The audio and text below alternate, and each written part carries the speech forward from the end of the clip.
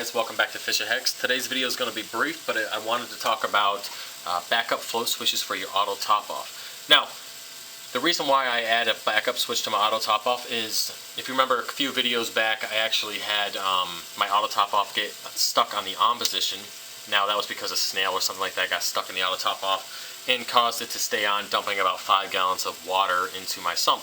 Now, given the size of the tank being about 180 gallons of water, 5 gallons really isn't a big deal, but some people have 30, 40, 50 gallon auto top off containers in another room, and if you end up dumping that much water into your tank, you could really cause a lot of issues. For example, if I had an auto top off system that big, the sump itself wouldn't even be able to hold that amount of water, so it would overflow, in turn messing up the stand, destroying the floor, causing thousands of dollars of damage.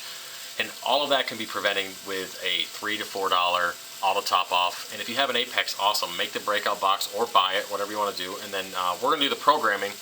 It's very simple. It takes like 2 minutes. So save yourself the trouble. If you have the ability to have a backup switch, just do it.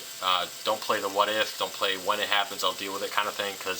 Or even play the, oh, it won't ever happen, because it will happen. Trust me, it will happen. So if you have the ability to do it, just do it. All right, so that's it, guys. Basically, the water level, if it ends up coming up here, it's going to turn off the auto top off. But I have it two ways. I have it so it'll also turn off the skimmer.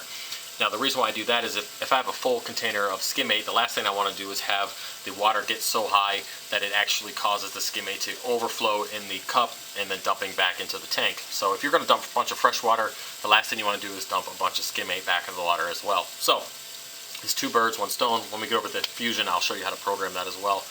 Other than that, guys, let's get over to Fusion and I'll show you how to set it up. Alright guys, let's get into Fusion here and set this up. So go ahead and go to your Apex. Now we're going to set it up here on the skimmer and the auto top off. So let's go ahead and just go the auto top off. Go down to the coding here. Alright, so I've already copied it over, but the switch itself was SWX6_2, and if it's in the closed position, which is when the water gets high enough to close the position of the switch, then off. Alright, so we'll just go ahead and save that. Okay.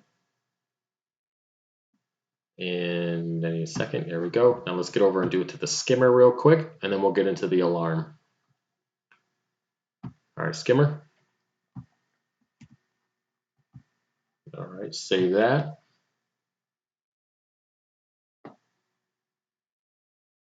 All right, so now we have it set if the switch, again, if the water gets high enough, the skimmer and the auto top off will turn off. Now let's get over to our alarms. And I'll do a separate video on all these alarms here as well. So what we'll do is we'll put that in there closed. We just got to change this to on. Okay. Basically, it's when it's closed, it's going to turn the alarm on, and that's what we want. All right, let's do the other two real quick.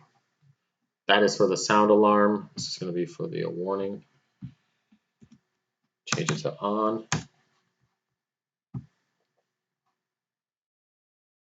And then finally, our last one will be the email and text notification, which is always a good thing.